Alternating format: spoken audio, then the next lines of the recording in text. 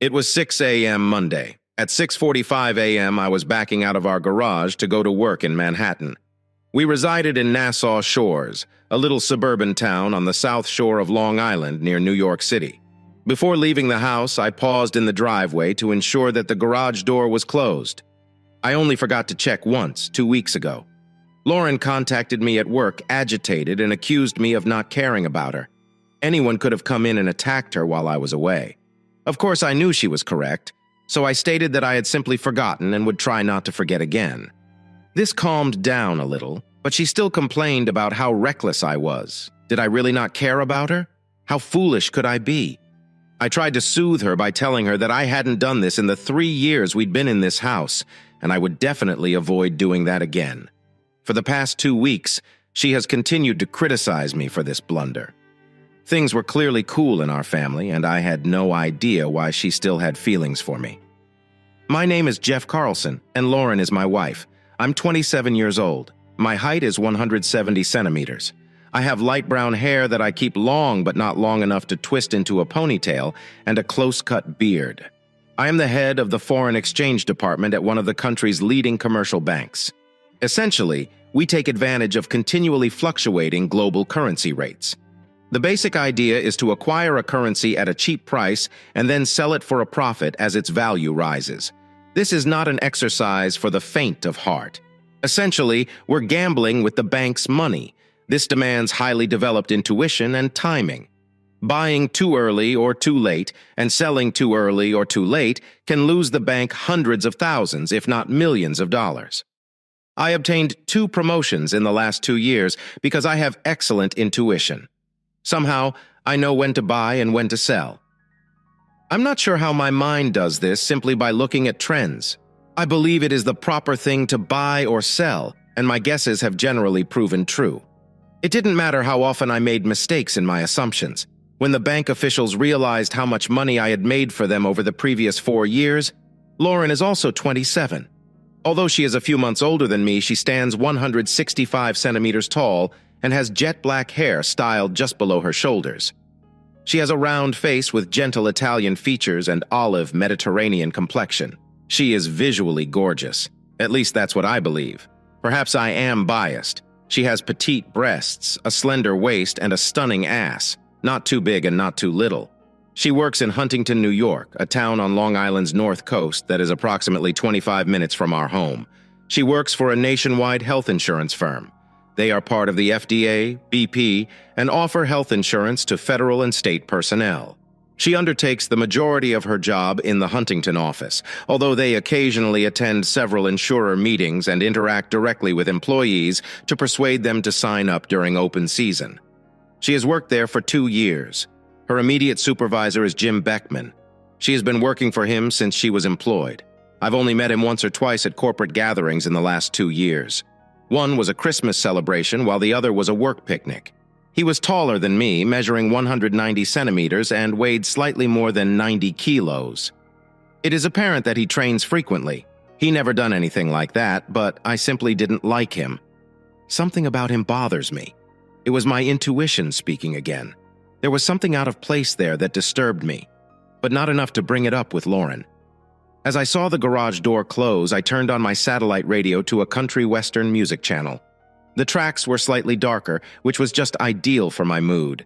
They sung about real issues like failing marriages, unrequited love, and cheating spouses. The first song I heard while driving down the street was about a guy who loved his pub. The melody was catchy, but I did not understand it. When the second song began, I drove through a red light and came to a stop. As I sat by the light source, it felt as if my eyes were opening for the first time in a long while. The performer sung about exactly what was going on in my marriage to Lauren. I didn't notice I was sitting at a traffic light with my lips open, listening to a music. When the cars behind me started honking their horns, I looked up, saw the green light, and began driving forward. I crossed the street and entered a shopping center parking lot. I sat and listened to the rest of the song before going to the train station. I must have been on autopilot since I cannot recall driving there. I sat on the early 6:30 train to Penn Station. I recall the first time I met Lauren. It was in July, shortly after my 16th birthday. I'd be a junior in high school when school resumed. I was mowing the lawn in front of my father's house when a cargo van pulled into the Miller's driveway 2 doors down. Old Miller died last year. Mrs. Miller was a nice but vulnerable woman. One of her children lived 2 towns away and invited her to live with them. As a result, the house was placed up for sale. I observed as the new BMW closely followed the moving van. Mr. Frank Scavo exited through the driver's door, while his wife Cheryl exited through the passenger's door. I didn't know their names at the time. The sight of her reappearing from the back seat was the most gorgeous I'd ever seen. Lauren Schiavo was a couple of months older than me. Her hair was trimmed short, giving her an elf-like appearance. She wore tight denim shorts and a tank top. She looked at me and smiled. For me, it was love at first sight. A few days later, after the relocation was completed, I was strolling down the street and noticed Lauren sitting outside with her mother. I'm not sure how I gained the guts to approach them and introduce myself. Cheryl Schiavo was a stunning woman in her own right. Lauren was a little version of her mother. Mrs. Schiavo was smart enough to recognize that I didn't want to chat to her and went inside the house to bring us some iced tea. After offering us tea, she went back inside, leaving us to sit on the porch and converse. I'm sure she overheard our talk when we sat on the porch. We got along really well, and I spent the remainder of the summer with Lauren. I told her about the school we would both be attending in the fall. I was simply glad to be in her company. July gave way to August, and school started. We weren't in the same class or doing the same courses, but we ate lunch together and took the same bus home every day. After only a week at the school, I discovered that they held a harvest dance in mid-October. The next day, Saturday, I observed Mrs. Schiavo and Lauren return home after food shopping. After the last bag of goods arrived, I went down to their house to assist with its delivery. I asked Lauren if she wanted to attend the dance with me. She looked at her mother and responded, "Yes." Her mom grinned. I later discovered that she truly liked me and thought I would be a wonderful fit for her kid. As September turned into October, I began to see Lauren less frequently than usual. She made new acquaintances with the cheerleaders. I knew she wanted to be a cheerleader from our chats over the summer, and she was doing it to earn a seat on the squad. I saw her on the bus every day, and we would always sit together and converse. The big day is finally here. I was going to brag about my girlfriend to all the males at school. I am sure none of them expected Lauren to be with a nerd like me. My father took us to school because I was too young to get a license. As we began dancing, I noticed a few members of the football team stare at us, and some of them chuckled and laughed together. I questioned what it all meant, but I chose to ignore about it and go sit with my friends and have fun. We danced a few times and then sat on the sidelines for a while until a slow song began playing. Before I could ask Lauren to dance, Billy Barber, the star linebacker, appeared and extended his hand to her, saying, "Come on, baby. It's time to let everyone know who you're actually with." Lauren jumped out of her seat and went without looking back. I sat with my mouth open. I looked back at my friends and inquired about what had occurred. My friend Jack commented, "It looks like you just got dumped." I looked at Lauren and Billy. It became clear that this was not their first time dancing together. I felt the color pour into my face. I felt so humiliated. I was made to look foolish. After the dance, Billy and Lauren went over to the football team's tables. Billy Barber was one of the biggest guys in school. I knew I wouldn't be able to beat him in a physical confrontation. I couldn't do anything except sit in my seat. I looked around, and everyone on the football team was laughing at me. Lauren, at least, did not turn around and join in their ridiculing of me. I sat at the table for the majority of the night. I wanted to leave, but I would not give them that pleasure. Billy came over to me, placed his hand on my shoulder, and whispered in my ear, "You did not believe a weakling like you could date a girl like Lauren, did you?" He stared at me and chuckled mockingly before walking away, shaking his head. Lauren did not return to the table or speak with me until the end of the dance. I noticed she was having a fantastic time with her new buddies. I wondered if she was laughing at me, too. Finally, the dance came to an end. I dreaded what I had to do next. I went over to where Lauren was seated with Billy and his friends. "Lauren, my father will be here soon, and I need to take you home," Billy responded. "Get lost, Carl, because she's heading home with me." "Lauren," I snapped. "I honestly don't care how you get home. If you don't come home with me, my father will be obliged to inform your mother that you fled with someone else. You can explain to your mother why you returned home with Billy." I turned and walked away. At that point, I didn't mind if she went home alone. Lauren soon took the seat next to me. She attempted to make small talk by asking, "Did you like the dance, Jeff?" I glanced at her with disgust and said, "Are you from another planet? You abandoned me for that moron Billy Barber. Clearly this was arranged in before. You didn't say anything else to me until the end of the dance, and now you want to know what happened." So, to answer your question, I did not have a good time tonight. Soon I noticed my father's automobile halt in front of the school. I rose up and approached his car. Lauren was taken aback by my rapid actions, and she nearly had to run after me. The windows of Dad's automobile were open because it was a nice and delightful autumn night. When we approached, he asked us, "Guys, did you enjoy the dancing?" I didn't respond. He made a strange face. I believe he sensed something was awry as we approached the automobile together. She waited at the back passenger door as I opened it and sat behind her. I had other planes. I opened the front passenger door, got inside, and closed it, allowing Lauren to climb inside herself. My dad was outraged. He urged me to step outside and open the door for my partner. I told him I'd do it if she was my girlfriend. I looked at my father, and his expression said, "What the hell is going on?" While I waited in deathly silence, Lauren opened the car's back door and entered. My father shrugged and drove us home. When we arrived at the house, there was silence. Zervos. Lauren's mother was waiting at the door. My father and Lauren stepped out of the car, but I simply sat there. Lauren's mother also sensed something was wrong. She knew I normally led Lauren to the door. Lauren passed by her mom, and I turned to look at her. I saw her mother look at my father inquisitively. Then she stared at me. Lauren turned to look behind her, and we both made eye contact. We attempted to read each other's expressions. Lauren's face was devoid of expression. The page was blank. If she could read my face, it must have been filled with scorn and rage. When Dad got back in the car, he asked me what had happened. I just informed him that at the dance, she met someone she loved better than me. I never informed him about her dishonesty. He told me to forget about her son. The sea is filled of fish. After that, we barely spoke. I sometimes passed past her house. She might wave or say, "Hello, Jeff." I've always ignored her. When I passed by one day while Mrs. Schiavo was out with Lauren, they both greeted me simultaneously. I said something profound.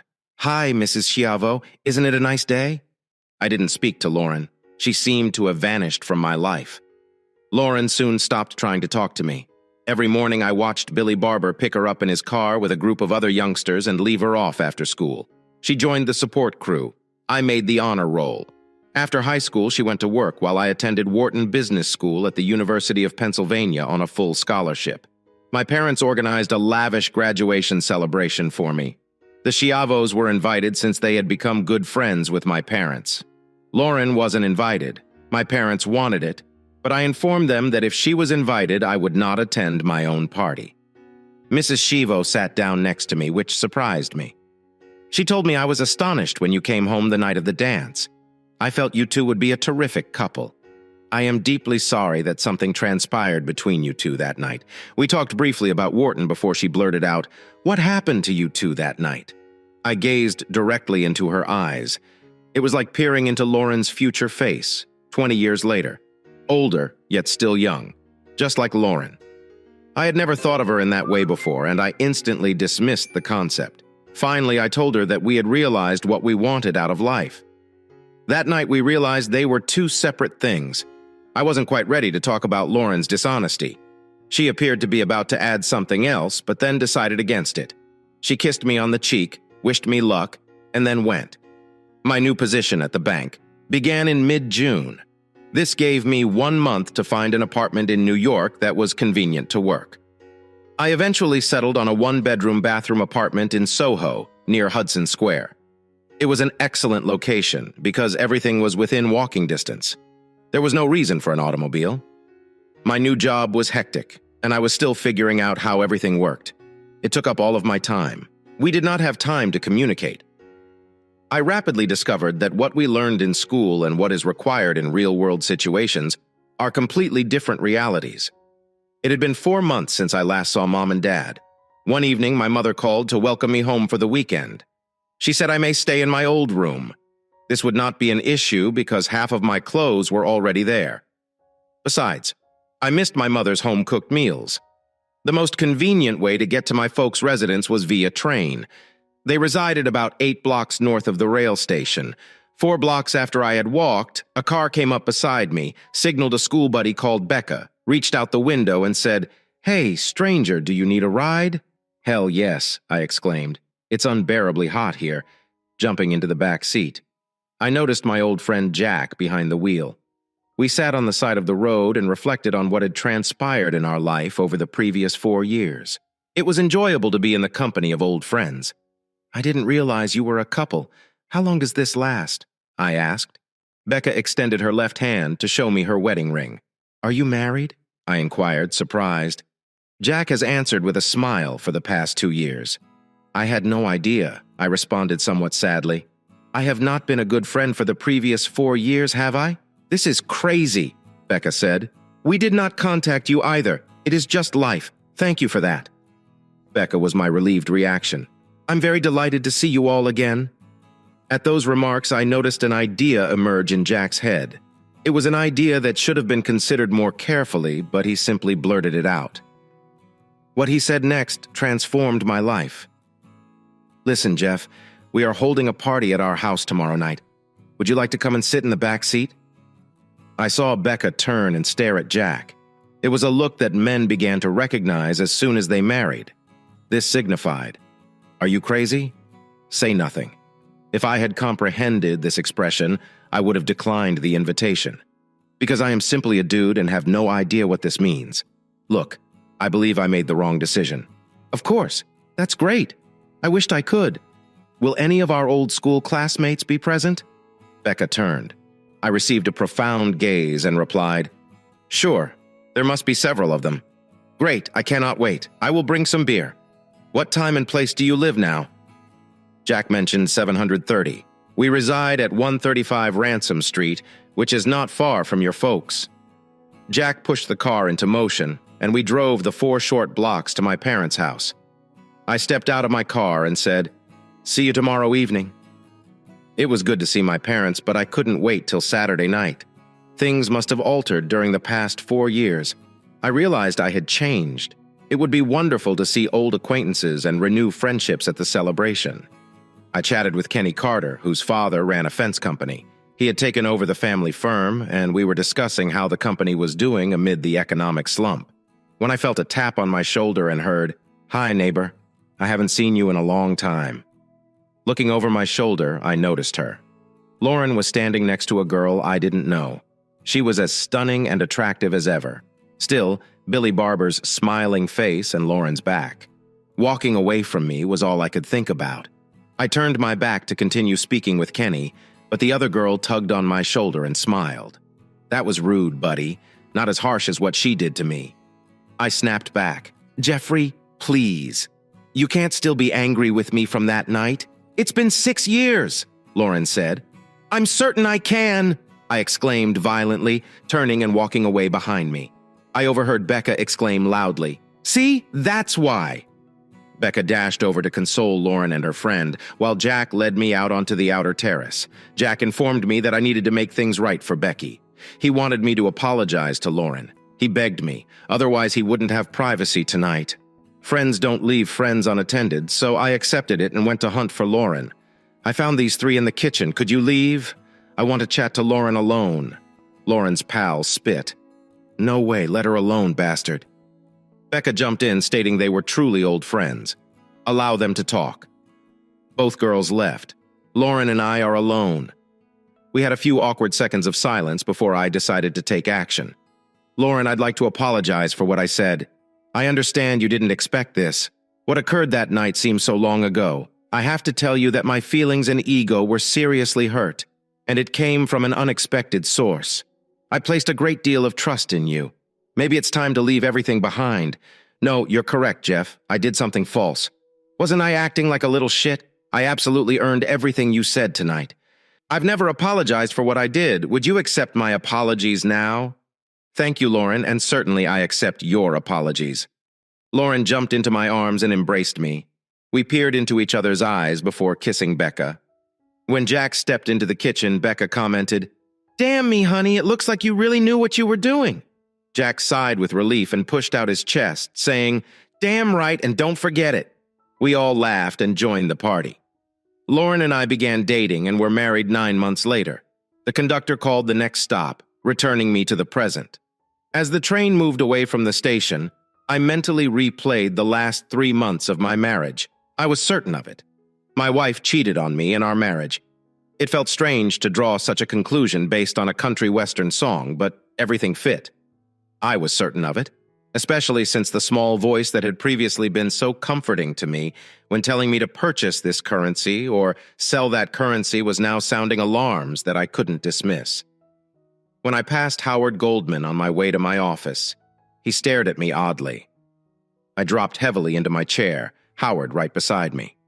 "What is wrong with you this morning?" he asked. "Nothing," was my monosyllabic response. Howard responded, "Bullshit.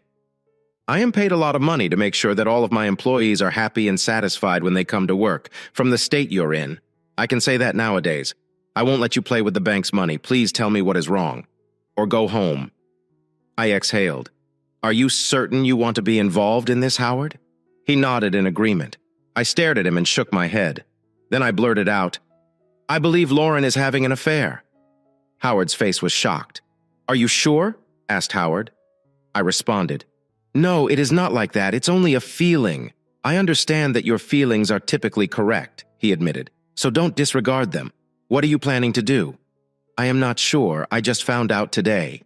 I responded, "Don't worry about anything. I will support you no matter what you decide. Please let me know after you've decided what you want to do. My door is always open. I do not want you to spend too much bank money today." Howard insisted that he did not think you were at the top of your game. Of course, I knew he was correct. I let my employees perform the most of the job that day, and for the 2 weeks following that, I believe they appreciated the freedom to work without my participation. Maybe my presence was too visible for them to feel at ease having me around. I went up, closed and secured the door, and sat down. Tears welled up in my eyes and rolled down my cheeks. What kind of person was I? I wasn't even sure what was happening, and I was already crying. I contemplated life without Lauren. I adored this woman from the moment I first saw her. I did not believe I could move on if I lost her. I rested my head on the table and closed my eyes, lost in my pain. I'm not sure how long I was in that position, but somewhere along the road the pain evolved into something else. I no longer experienced agony. I got enraged. I contemplated going home and confronting Lauren. That would be ridiculous, wouldn't it? What evidence did I possess? I had lyrics to a country song. No, I'd have to have proof. I'd need to make a plan. I'd make her pay. I would also need the person who did this to pay. I wanted them to feel the same emotions that I did. They would experience pain. I'd take care of it. I needed to formulate a plan soon. When I left work, the first thing I did was purchase many voice-triggered digital voice recorders and position them in discreet locations throughout the house. I've placed them in the bedrooms, baths, and garage, places where she could speak with someone without needing to use the phone. I then attached the recorder to the furnace. I determined that was all I needed to catch her. I'll just keep an eye out for it, and it'll come out eventually. I tried to seem regular around Lauren, but I guess I wasn't doing a good job. I set up the recorders on Wednesday, and by Friday, I had the first evidence of Lauren's betrayal. The incriminating chat on Friday went like this. "Jim, this is Lauren. Why are you phoning me at my home? What if my wife answers the phone?" Jim Beckman let out a bark. "Do not worry. I would make up an excuse for work. I believe we should back off a little. Jeff is acting strangely. Was he accusing you of anything?" "No, he is behaving unusually. He appears chilly and distant. Maybe we should just relax for a time." "Okay, if you believe it is better this way." Jim became irritated, and then an idea occurred to him. "Lauren, you are aware that in 2 weeks I will be departing for Miami. Why don't I ask Fred whether he'd want to accompany me? Then we could have a week together." "What are your thoughts?" he asked. "I do not know." He might not have done it if he hadn't been so amusing. The way he acts may make him. Well, I don't know. I do not want to make him suspicious. I could ask him what he does. If he acts strangely, I can tell if he knows anything. Let me check with Fred. If he accepts, you can inform Jeff that this is a work trip. Jim laughed happily. I'll chat to you tomorrow. Bye. So now I know for certain. Previously, it was merely lyrics to a song. Now it was genuine. Lauren cheated on me. She intends to travel away for a week to cuckold me with this asshole Beckwith. When I realized this, I was struck with despair. I felt sad for Lauren. I was saddened by our marriage. The melancholy eventually evolved into anguish. How could she have done this to us? How could she have done this to me? My anguish transformed into rage once more. If she cheated, I would obtain proof and seek a divorce. I'd need a plan, and I did not have one yet. I arrived home from work at my normal time, 7:30 p.m. Trading was unusually active. Everyone will tell me how well I do my job when the market opens tomorrow. There were millions of dollars at stake, and my mind was not where it should be. My wife was preparing dinner. "How was your day?" she asked, kissing my lips. She acted as if she was pleased to see me. This has not happened very often in recent months. I was waiting for Lauren to contact me regarding her business trip to Miami on Monday and Tuesday. I expected it, but it didn't arrive. I spent many hours outside working in the yard or on our cars, doing anything but spending time with your wife. I was afraid I would reveal everything I knew about her cheating. I knew tonight was the night. I hoped that I could pull off my own lie. It was a challenging day. I replied, "I am glad to see you are in a good mood. I'm happy, and I hope you'll be happy too after I tell you my good news. My day wasn't that wonderful. You talk first." I said, "Okay." Lauren chuckled. "I was asked to go to South Beach for a seminar on the Federal Employee Health Benefits Program. It's an all-expenses-paid stay at the Victor Hotel, one of the old Art Deco hotels on Ocean Avenue in the heart of South Beach." She shouted again. "The bad thing is that I won't be here from Friday this week to Saturday next. I'll be gone for 9 days, honey. Do you mind if I go?" She looked straight into my eyes. She cocked her head slightly to the side, trying to figure out if I had seen through her deception or if I was just angry that she would be gone for so long. When I looked into her eyes again, I saw that they were full of excitement. But somewhere in the depths, there was a hint of sadness. 9 days is a long time, honey. Do you have to leave? Is it something that will be used against you if you don't do it?" I asked. "I don't know, Jeff. Perhaps this is true. I know that Mr. Beckman counts on my help at this seminar. This will be a feather in my cap if I do go," she added. I walked to the front door and looked out onto the front lawn. I knew that if I said yes, our marriage would be over. If I had said no, it would have been over anyway. Over the previous 4 days, I had made a plan, and now I had made a decision. I whispered quietly, "If it's important to you or your work, of course you can go." "When are you leaving?" I asked. "Did I not hear you? Did you say I could go?" she asked incredulously. I could not say these words because I knew that my voice would tremble. I simply nodded my head affirmatively. Lauren ran up to me and hugged me tightly, saying, Thank you.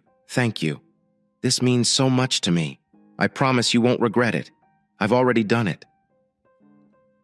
Lauren was scheduled to fly out of Kennedy Airport at 10:30 in the morning on Friday. I told Lauren I'll take the day off from work to take you to the airport. Lauren looked surprised and suggested, "You don't have to take the day off, honey. Mr. Beckman volunteered to drive me. Never. You're leaving me for 9 days, and I want to be there to see you off." What could she say? I'm sure she'd rather go with Mr. Asshole Beckman, but I wonder what that would look like for her unwilling husband. Her momentary disappointment quickly gave way to a smile as she happily sang, "That's great, honey. I wish you could take me with you." What a great liar she was. I knew that I had upset the lover's plan just a little, and I felt a little satisfaction. She let her guard down just for a second, allowing her frustration to show. If I hadn't been so knowledgeable, I'm sure I would have missed it. Thursday morning found me, plopped down in a large chair in Howard's office with the words, "It's this weekend." Lauren is going on a business trip to Miami South Beach, no less. They leave on Friday morning and return the following Saturday. There was a fire in Howard's eyes as he told me, "Whatever you want to do, you're safe. Yesterday I spoke with Mr. Diamond about your situation and he gave you carte blanche on the company credit card. You will have to reimburse the bank for all non-business expenses within 2 weeks of your return. When I asked Howard how I could repay Mr. Diamond, he laughed. A good single malt Scotch whiskey will be enough to pay. You probably don't know this, but he really screwed up his divorce last year. He hates cheating wives. I shook my head in disgust. I knew he was divorced and I didn't know why, but now I know. Howard, I need the next 2 weeks of vacation. I need proof of her infidelity. Spend as much time as necessary. Within reason, of course. I will keep a watch on your team to ensure that they do not make too many mistakes. I hope this is all a mistake. Lauren is a beautiful girl. I still cannot believe it. Howard stated that I, too, find it difficult to believe this. I thought I had the rest of the day off to go shopping. Before departing, I went online and bought a round-trip ticket to Miami International Airport on JetBlue Airways. I dropped by City Camera and bought a top-of-the-line Canon digital camera. It will capture crystal-clear photos and videos with sound. It came equipped with a detachable optical zoom lens. The salesman stated that I could see an eagle's from 100 meters away. Then I purchased a little carry-on bag. Then a trip to Walmart to get new clothes, shorts, tops, underwear, sneakers, and sandals. The final piece was a New York Yankees cap. Lauren, a die-hard Mets fan, would never have believed I'd wear a Yankees cap. All of the lids had patriotic phrases, flags, and eagles. I didn't normally wear shirts like these. The final visit was the drugstore, where I purchased fresh razors and a box of black hair dye. Now I was prepared for my excursion. I placed the new luggage in the trunk of my automobile. All purchases were made on a corporate card. If Lauren looked at our bank accounts, she would have no idea. I was ready. Let the games begin. That evening at home, I inquired about Lauren's vacation itinerary. She was on a JetBlue aircraft from JFK at 10:30 a.m. and was staying in room 314 at the Victor Hotel. Mr. Beckman, as I was informed, was staying in another room. Of course, it was him. I was due to fly to Miami in 3 hours after her. I was also able to get a room at the Victor Hotel. I would be in room 541. I hope I don't get caught checking in. We got up early on Friday morning since we planned to arrive at the airport by 8 a.m., so Lauren would have no trouble going through security on her way to Kennedy Airport. The talk was quiet. She tried to strike up a conversation, but I wasn't too sociable. The realization that I was driving my wife to the airport to encourage an affair had a profound effect on me. Her acts destroyed my heart and left me very hurt. I'm having trouble hiding my emotions. Jeff, are you upset? Would you mind if I went on this trip? You said it's fine if I go. I know what I said, Lauren, but the thought of you being gone for 9 days really blows my mind. I know you need to leave. I don't want to be apart from you for too long. I'll miss you so much. It already saddens me to understand you're leaving. I said, I know you understand, Lauren responded. Of course, I get it. I feel the same way. It will be a long, lonely 9 days apart from you. Perhaps so. But I'll be hanging around at our house alone while you rest in a fancy hotel in South Beach with the stars. I groaned. Lauren laughed. Is this what is bothering you? This trip will undoubtedly be primarily work, with little time for recreation. I looked at her and smiled sadly. I knew she was lying. After that, we chatted briefly before pulling into a short-term parking lot. We went to the JetBlue check-in counter, dropped off Lauren's luggage, and collected her boarding card. We neared the roped-off security area, and I noticed Beckman waiting for Lauren out of the corner of my eye. Lauren glanced swiftly to see how I reacted to him. Beckman had the guts to approach us, kiss Lauren on the cheek, and then offer me his hand. All I wanted to do was bash the guy up, but I worked hard to appear innocuous and approachable. I truly grinned as we shook hands. I knew I was going to get my ass kicked because he was 6'1" and much heavier than me. I would have at least delivered the initial crushing blow. Maybe that's enough. However, fighting was not part of the plan. Jim spoke up. Lauren, we need to start a security check right away. It's good to see you again, Jeff. I will look after Lauren while she is away. I stood there, staring at him long and intently. Lauren's face became pallid. She instantly recovered her senses. Jeff, Jim is saying that nothing awful will happen to me while I'm gone. I turned to Lauren and whispered sternly, I understand what he means, Lauren. I smiled at Beckman and thanked him for looking after her, thinking I had been duped. Their expressions brightened as they turned to walk past the security gate. Beckman was the first to pass through the gate and begin his descent along the roped-off area. Lauren was going to hand over her documentation to the massive black female TSA agent. I grabbed her arm and drew her back towards me. "Are you leaving, but have not said goodbye to your husband?" I asked. Lauren looked at me shamefully and hugged and kissed me, saying, "Of course, how foolish of me." I hugged her firmly and told her I needed to talk to her before she left. "We've never been apart for this long before. I want you to know that I've loved you since I was 16 years old." Lauren smiled and was going to say something when I started talking again. "You are departing on an aircraft, and I shall travel home alone. Anything may happen to us. If for any reason you never see me again, I want you to. That you are the greatest thing that has ever occurred to me, and I grow to adore you more each day. If anything happens to you, I will be unable to continue living." I kissed and held her, saying, "I love you." "Have a safe vacation and get back home safely," Lauren said. "I love you too, honey. But now I have to leave." When she began to move away from me, I grabbed her hand and drew her back toward me. I had to ask her again not to leave. She seemed surprised as I spun her around to face me. "Lauren, I know I told you it was okay to leave. I meant what I said. Now that you're leaving, I know I don't want you to go. It isn't too late. Tell him you can't and come home with me. You may blame everything on me." "What are your thoughts, Jeff? You know I can't give up on Mr. Beckman at this late hour, especially when tickets have already been booked and paid for. Furthermore, he needs me at this seminar. I realize I'm being selfish, but I do not want you to leave. I need you to, Jeff. I need to go. Do not try to stop me. My decision has been made. I'm going on this voyage. I will be a huge assistance to Jim. I cannot let him down." She looked me in the eyes again and was about to speak, but then changed her mind. She turned, walked to the gate, and handed the agent her documents. My eyes were watery as I realized she was lying. I'm sure Lauren assumed it was because she was moving away and I'd miss her. I stepped over the roped-off area to where Beckman waited. Lauren moved towards us, and I observed her briefly while she spoke with the TSA agent. I could see she was excited. I was curious what they were talking about that made her so agitated. By the time she arrived where we were standing, she regained her composure. They proceeded to the machines to get x-rays of their possessions. I watched Lauren remove her shoes and place them in a small basket. She looked at me and shrugged. "Do you know what you can do?" Gesture. She then turned and walked through the body scanner. By then, I had reached my limit of endurance and had to leave the building swiftly. I wasn't angry anymore. I just accepted that Lauren was no longer mine. I was starting to accept the notion that we would soon be separated. I transferred my car from short-term to long-term parking, picked up my carry-on luggage, and returned to the terminal. I waited until the departure board said Lauren's jet had departed before going through security myself. I sat down to eat breakfast and wait for my flight.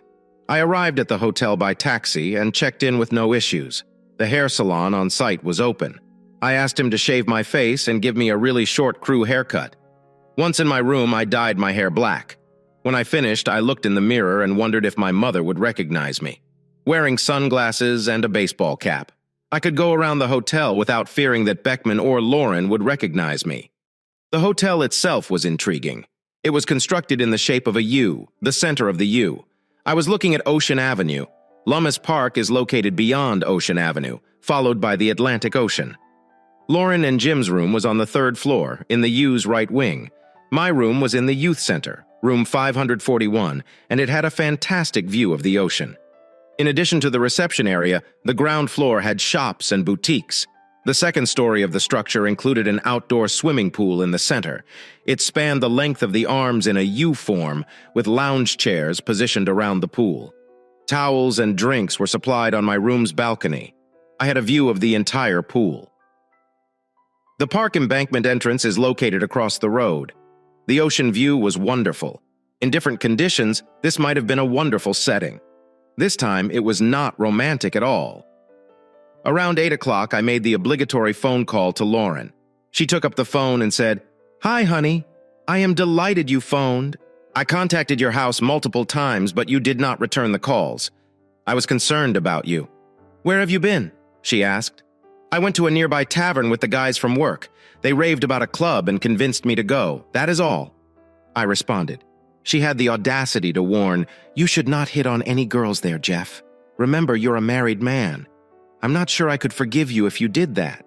I thought this woman had balls. She's here to continue her affair with Beckman, and she tells me not to start my own. Why do you think I'd cheat on you? Have you ever had reason to suspect me of betraying you or our marriage? You know me better than anyone else. I could never injure you by doing something so shady as this." Now I pushed harder. "I know you would never do anything like that to me. That is why I let you travel on this trip to Florida. I absolutely trust you. I trust you with my heart and even my life. You already know it." "Do you understand?" I asked. "Of course, honey. I feel the same way. I'm not sure why I said this. I know you wouldn't do that to me," she stammered. "Look, Jeff, I'm exhausted from the airline travel, and I think it's making me irritable. You call tomorrow, and I will be in a better mood, okay?" "Of course." "Lauren," I said, "we can talk tomorrow. Good night, Jeff. I love you." Lauren continued, suddenly tired of the verbal sparring. I simply murmured, "Good night, Lauren," and hung up. Did she notice this? I didn't say I her either. Would she care? I thought I had a restless night in bed. Sleep didn't come easily. My mind could only guess what was going on in room 314. I awoke on Saturday morning with no light or dawn. I was already awake and seeing the sun rise over the Atlantic Ocean, so woke is the wrong term. My objective was to search down the traders around the hotel, but after breakfasting on scrambled eggs and pancakes, I realized that my room was all I needed. I spent time on the balcony. I was sitting in a chair enjoying the sunshine. As I sneaked into my room, I caught a glimpse of Lauren strolling toward the pool with this moron. An idea came to me. The room contains 2 huge artificial plants in flower pots. If I stood on the balcony, I could observe the pool without being detected, trying not to make a noise. I carried both plants to the balcony and positioned a chair behind them. I then went inside to retrieve my camera and tripod and position them such that the camera lens protruded through the artificial greenery. I was confident that no one would notice the lens. Lauren and Beckman were already reclining in lounge chairs, talking. Lauren sat facing the U-shaped armrests. It was their room. Lauren was closest to me, and Beckman was on the opposite side. Lauren had already done some shopping for this trip, I noticed. She donned a red bikini with a provocative top that highlighted her cleavage. The bottom was cut so high that I was confident half of her buttocks would be visible when she stood up. I turned on the camera and focused on the unfaithful couple.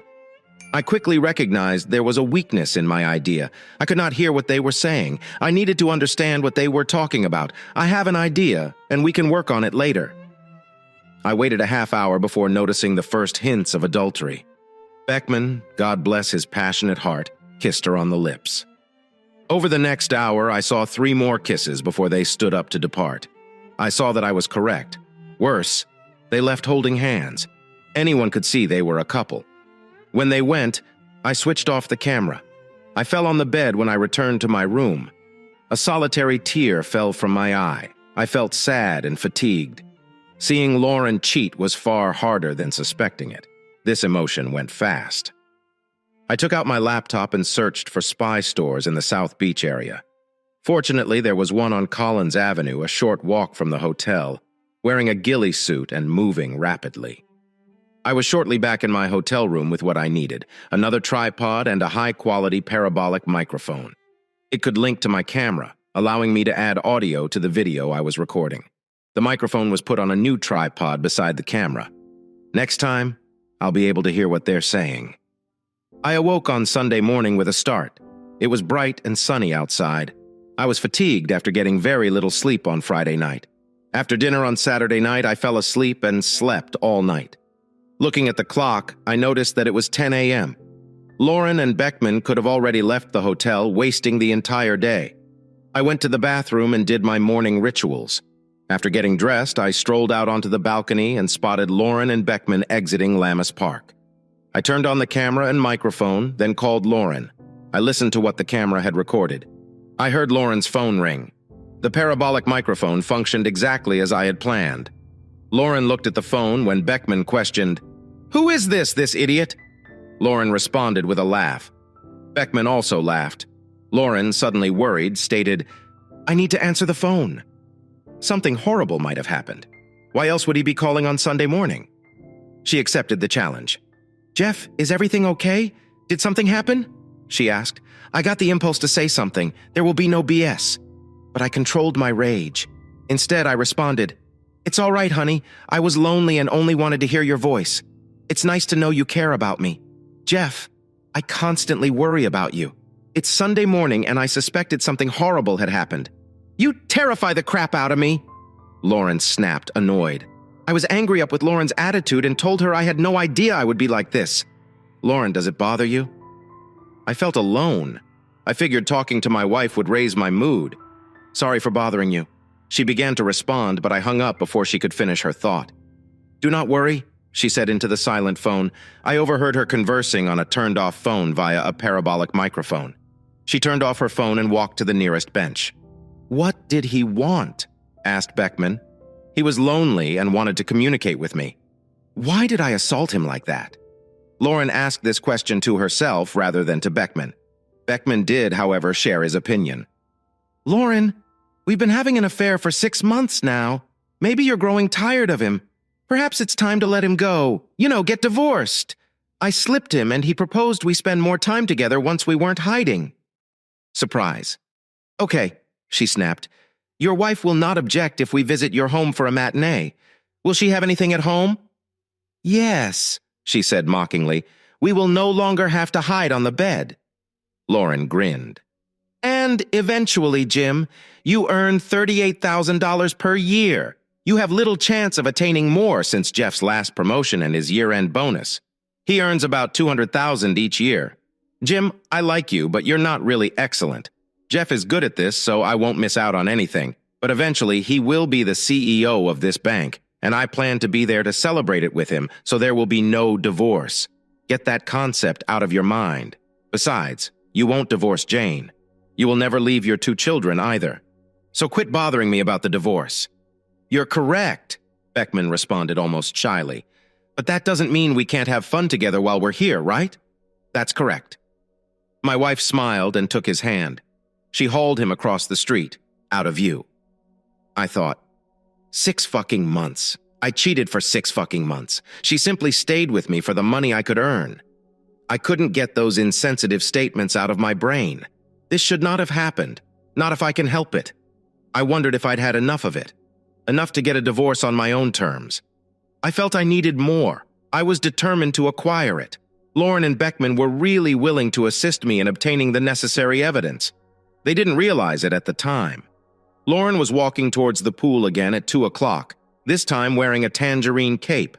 Beckman was standing just behind her. I rapidly turned on the camera and microphone, then rotated the camera until they were in the viewfinder. Beckman sat down, but Lauren remained standing with her back to him. She turned and removed the blankets. I was astonished, and I'm sure Beckman was as well. Lauren was not wearing a top.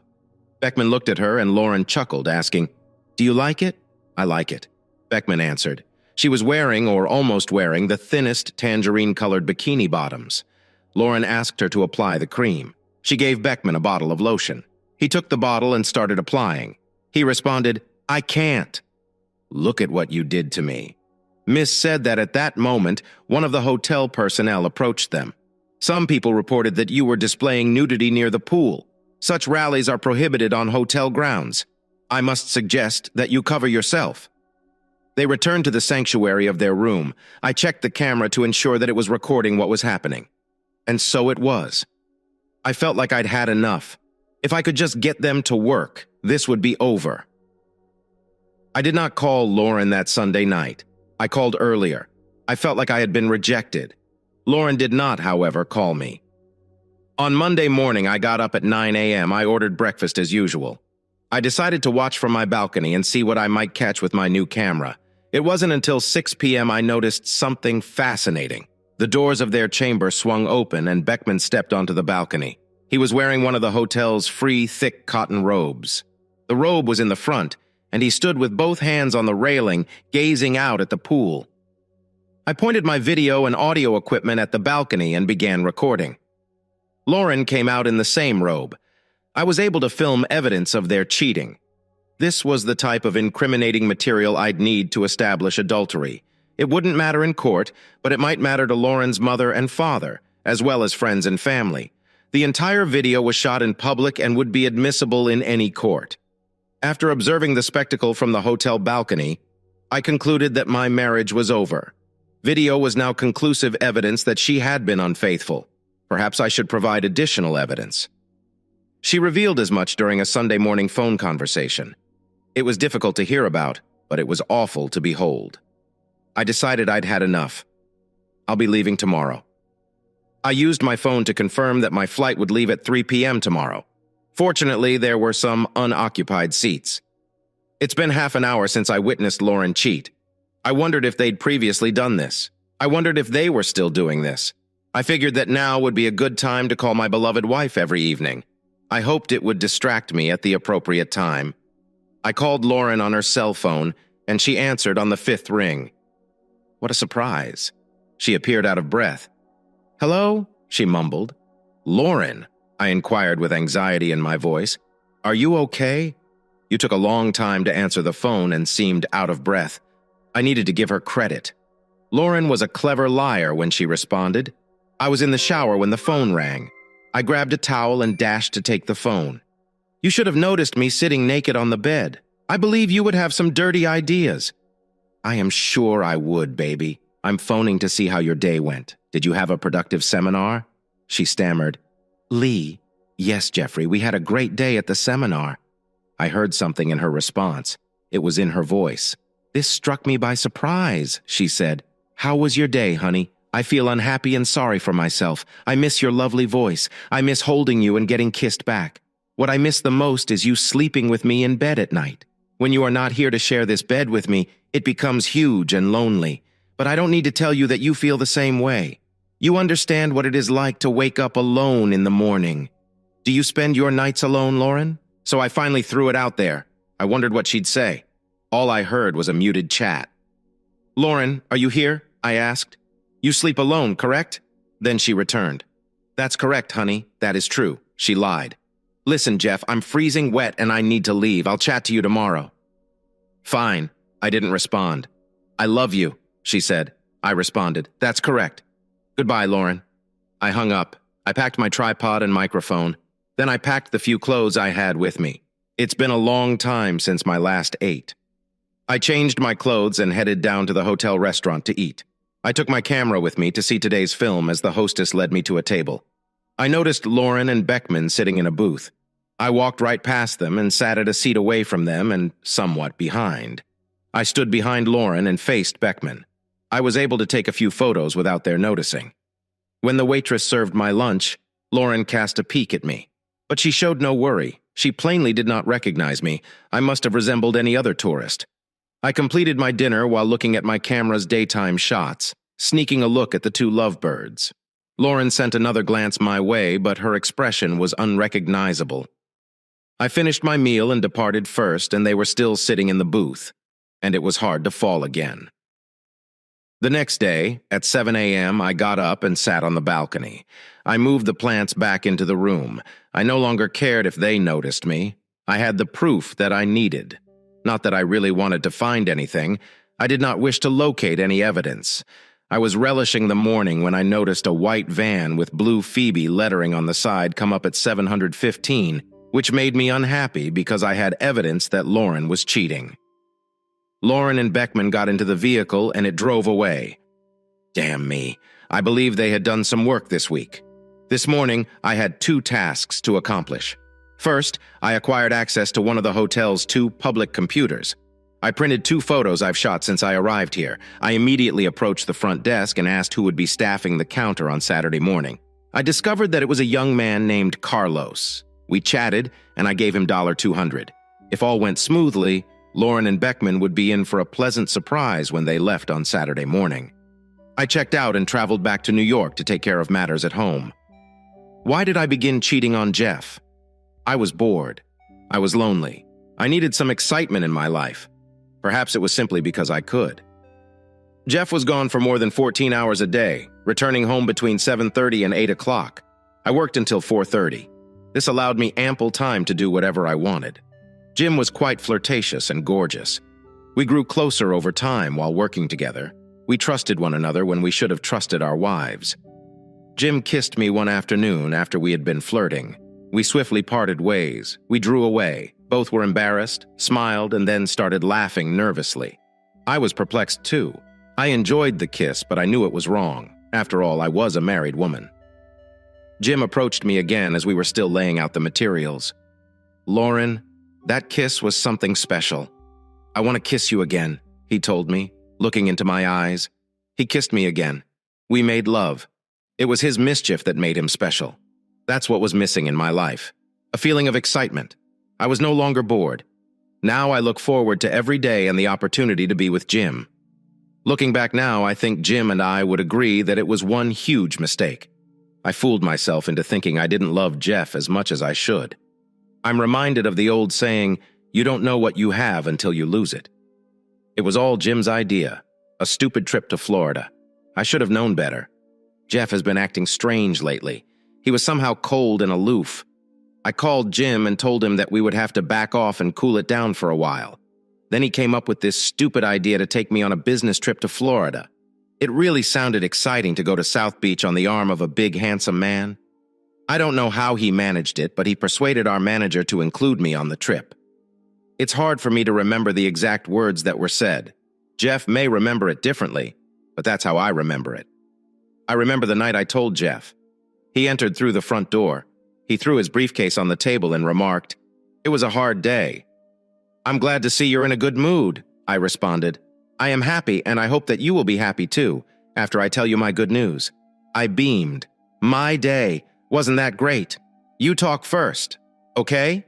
I giggled. I was asked to go to South Beach for a seminar on the Federal Employee Health Benefits Program. This is an all-expenses-paid stay at the Victor Hotel, one of the old Art Deco hotels on Ocean Avenue in the heart of South Beach. The bad news is that I won't be here from Friday this week to Saturday. Next week, I'll be gone for 9 days. "Honey, do you mind if I go?" He didn't seem happy, sad, angry, or even surprised by the news. This should have been another hint that not everything was as it seemed. I thought he would be upset. I thought he would object that he didn't want me to go there without him. I looked into his eyes to understand how he felt. His eyes were fixed on mine, and he asked without any emotion. "Is it important for your work to go on this trip?" I told him. "Perhaps I will be passed over for a future promotion if I am unable to travel." He stood up and walked to the front door, looking at the front lawn for a few moments. Then he almost whispered something that I could barely understand. I thought he said everything was fine. I asked him, "Did you just say that I can go?" Still standing in the doorway and looking out, he nodded his head affirmatively. He never looked at me. He nodded his head. Yes, I could go. I felt so relieved. I was sure that if he looked at me, he could see the lie on my face. Now I was sure that he knew nothing about my affair with Jim. Jeff would never have let me leave if he did right. I felt dizzy like a schoolgirl. I walked up to Jeff and hugged him, saying, "You won't regret this." When he didn't answer, I ran to the phone. I should have told Jim. "Jim, Jeff said I could go to Florida with you." I laughed and giggled the whole time I was talking to Jim. One day I finally looked at Jeff. He stood at the table watching and listening to the telephone conversation. When I looked in his direction, he turned and walked out the door. He still had the same blank look on his face. Where the hell was my head? After the phone call, we spent a quiet evening at home. Jeff sat alone, staring out the window, lost in his own thoughts. It finally dawned on me that he didn't want me to go on this trip. However, he wouldn't stand in my way if it meant promotion. That's exactly what I thought. If only I knew his plan. I had to do this. It was so unlike Jeff to agree so easily to my request to leave without him. This should have raised warning signs in my eagerness to spend time with Jim. I didn't heed the warnings. Jim wanted to take me to the airport, but Jeff wouldn't hear of it. He insisted and took time off from work to take me to the airport. The trip passed in silence. Jeff was acting funny. I felt that something was wrong and asked him, "Jeff, are you upset? Would you mind if I went on this trip?" He replied that he would be lonely and miss me while I was gone. I assured him that this would be a work trip with no time for rest at the airport. Jim came up to me, kissed me hello in front of Jeff, and made some stupid comment about how he would take care of me on the trip. I felt Jim had ruined everything. Jeff gave Jim a glare. I quickly persuaded Jeff that Jim meant that nothing bad would happen to me. Jeff turned to me and said, "Lauren, I understand what he means." I exhaled a sigh of relief as he went back to Jim and said, "Thank you for looking after her." Jim persuaded us to pass through security. He passed first, and as I was about to hand over my boarding card and driver's ID to the TSA official, Jeff pulled me back. "Are you going to leave? And you still haven't said goodbye to your husband?" he inquired. I hugged and kissed Jeff and, of course, responded, "How rash of me." He drew me near and said, "I need to speak with you before you leave. We had never been apart for this long before. I want you to know that I've loved you since I was 16. You're departing on a plane and I'll travel home alone. Anything is possible for us. If you never see me again, I want you to know that you are the best thing that has happened to me. Every day, I grow to love you more. If anything happens to you, I won't be able to continue living." He kissed and held me again, saying, "I love you. Have a safe travel and safely return home." I politely replied, "I love you, honey, but I have to go." Jeff grabbed me back as I turned to go. "Lauren, I know. I told you that you may go. I meant all I said. Now that you're leaving, I know that I don't want you to go. It's not too late. Tell him you are unable to accompany me home. I'm responsible for everything. Jeff, what do you think? You know I cannot give up on Mr. Beckman at this late stage. Tickets are purchased and paid for. In addition, he requires me at this lecture. I understand I'm being selfish, but I don't want you to leave." I was furious at the last possible second. He was saying he didn't want me to leave. I gave no thought to his feelings. I told Jeff that I needed to leave. Do not attempt to stop me. My decision is made. I'm embarking on this journey. I will be of tremendous assistance to Jim. I can't let him down. I gazed into his eyes. He appeared to be really unhappy. He had a very sorrowful expression. It felt like he was about to lose his best buddy. I honestly thought he was going to cry. I almost told him I was not going. Then I said, "No, I want to spend this time with Jim." I turned aside and handed the agent my boarding pass and license. She certainly listened to what Jeff told me. She looked at my license. She said, "It appears he adores you." I quickly glanced at Jim and responded, "I believe so." When I went to get my license and boarding card, she gave me a mournful look and said, "He doesn't know, does he?" "What?" I responded with obvious irritability. "What are you talking about?" "You'll destroy his heart when he discovers the truth," I informed her. "You've no idea what you're talking about." I extended my hand to take the ticket and license from her grasp. I was about to turn away when she grabbed my hand, pulled me closer to her, and said, "When he finds out, it will destroy your heart too." She continued to whisper while letting go of my hand. "Are not you ashamed, girl? The one behind you adores you, and the large one over there will destroy your heart." I strolled across the roped-off area to where Jeff and Jim were waiting for me. Jeff noticed my hot cheeks and questioned me. Jeff was always aware of my feelings and realized something was wrong. I used my sight to wave him away. Jim had no suspicions that anything was wrong. If I had thought clearly, I would have understood which man was best for me. I should have also known that Jeff could read my emotions and would have realized something was up. Jeff stayed to watch us through security. I returned his gaze one day as I placed my shoes in one of the gray plastic bins. After passing through the body scanner, I turned around to say farewell to Jeff, but he was nowhere to be found. It seemed unusual to me, but I ignored it. The flight was enjoyable, if lonely. Jim instantly fell asleep, leaving me to watch TV on the plane till we landed. We checked into our hotel, and without waiting to put our clothes away, got into the shower before making love. After we set out our clothing, I called Jeff at our home number early to let him know I had arrived safely. Strangely, no one responded, recalling what Jeff had said about not seeing each other again. I got quite worried. I called several more times, but nobody answered. I was quite worried. Finally, around 8 o'clock, my phone rang. I realized it was from Jeff. "Hi, honey, I'm delighted you phoned. I attempted to phone your home multiple times, but you did not respond. I worried about you." "Where were you?" I inquired. "I went to a nearby tavern with some co-workers. They were raving about a club and convinced me to go." "That's all," Jeff answered, unable to believe my eyes. I felt a surge of jealousy. I now see that I assumed that if I was cheating, he was as well. "You better not hit on any chicks, Jeff. Remember, you are a married man. I don't believe I could forgive you if you did that. Why do you think I'd cheat on you? Have I ever given you any reason to believe I was betraying you or our marriage? You are the person who knows me best. I could never harm you by doing anything as nasty as this. Lauren, I know you would never do anything like that to me. That's why I let you go to Florida. I fully trust you. I entrust you with my heart, even my life. You are aware of this. You understand, don't you? He inquired. Of course, honey. I am feeling the same way. I said a falsehood. I'm not sure why I said that. I know you will not do that to me, I mumbled, stammering. Look, Jeff, I'm pretty exhausted from the plane travel, and I believe it's making me irritable. You may contact me tomorrow and I'll be in a better mood, okay? Yes, of course. Lauren, we can chat again tomorrow, he answered. Good night, Jeff. I adore you. I needed to tell him that I adore him. I'm not sure why. I felt as if I was drifting away from him. I genuinely did not want to lose him. I really wanted to experience this adventure for myself. He said, "Good night, Lauren," and hung up. A thought occurred to me. Did he truly say he loved me back? I wasn't certain. I assumed he had done just that. He used to do this whenever we talked. I must have overlooked it. Jim and I made love again following Jeff's phone call. This was meant to be a true vacation. On Saturday morning after breakfast, we decided to go to the pool and sun ourselves. I bought 2 unique dresses for this vacation and opted to wear the more conservative one today. The bikini was crimson with an extremely exposing top. The bottom was no more than a big thong. I knew Jim would like it. I walked up to the pool before Jim. I made a great impression on him. I thought this was a good concept. We sat on 2 sun loungers, enjoying the sun's warmth.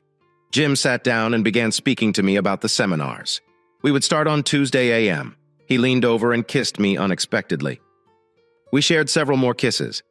I asked Jim if he wanted to come back into the room. His face lit up with a broad smile, and he helped me stand up and grab our belongings. We giggled while holding hands like a couple in love. After dinner, we went back to our hotel to wait for Jeff's phone call. However, nobody was present that evening. For some reason, I was upset that he did not refer to Jim as impoverished. I was in such a nasty mood that he would not receive any affection tonight. On Sunday, we got up early. Jim and I wanted to go along Lammas Park's boardwalk. We were hoping to spot some movie stars frolicking on the beach. Unfortunately, we didn't see anybody. My cell phone rang as we were exiting the park just across from the hotel. I checked the phone and saw that it was Jeff. I was still upset with him for not calling last night. Jim inquired who it was, and I laughed. That moron Jim also laughed at my little joke. I've got to answer the phone. Something horrible could have occurred. Why would he call on a Sunday morning? Jeff, is everything fine? Has anything happened? I inquired. It's fine, honey. I felt lonely, and all I wanted was to hear your voice. It's comforting to know you care about me. Jeff, I always worry about you. It was Sunday morning, and I suspected something horrible had happened. You didn't make a call last night. You terrified me. I practically yelled at him. I was quite annoyed. I had no idea I would turn out like this. Lauren, you irritate me. I was aware that he was in pain. I could hear it in his voice. I experienced loneliness. I thought talking to my wife would make me feel better. I apologize for bothering you. He hung up before I could answer. Do not worry, I said into the turned-off phone. I turned off the phone and went to the nearest bench. What exactly did he want? I asked Jim. He felt lonely and wanted to chat to me. Why did I assault him that way? I questioned myself. Not Jim, but he responded nonetheless. Lauren, we've been having an affair for 6 months. Maybe you're getting tired of him. Perhaps it's time to let him go. Get a divorce. Then we could spend more time together. We will no longer have to hide. That is right. I lost my temper. Your wife will not mind if we come to your house for a matinee. Will she do it? Yeah. It's as if we no longer need to hide. I grinned as I said what came next. Jim, you earn $38,000 a year. You have no chances of achieving more since Jeff's last promotion and year-end bonus. He makes nearly $200,000 per year. I like you, Jim, but you're not particularly good.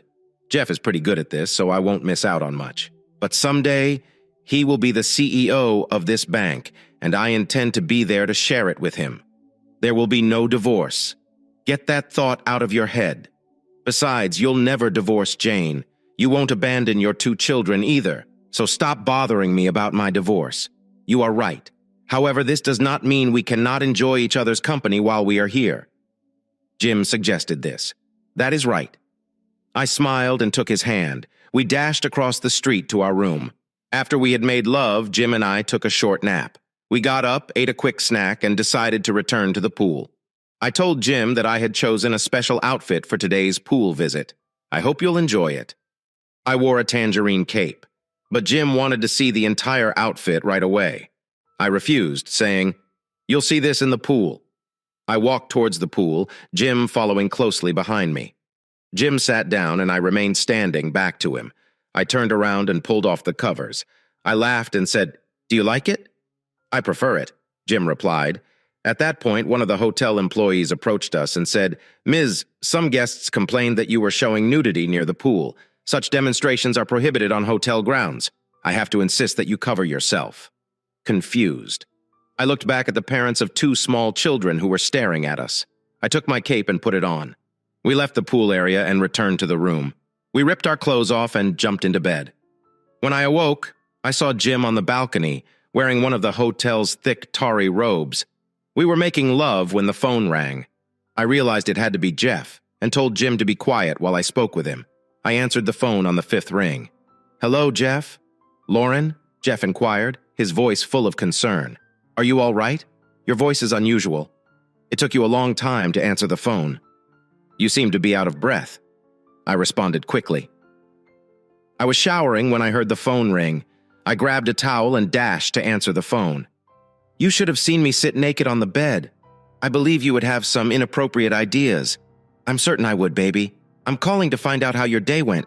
Did you get much out of the seminar?" That was all I could muster. I was surprised. "Yes, Jeff, we had a good day at the seminar," I continued.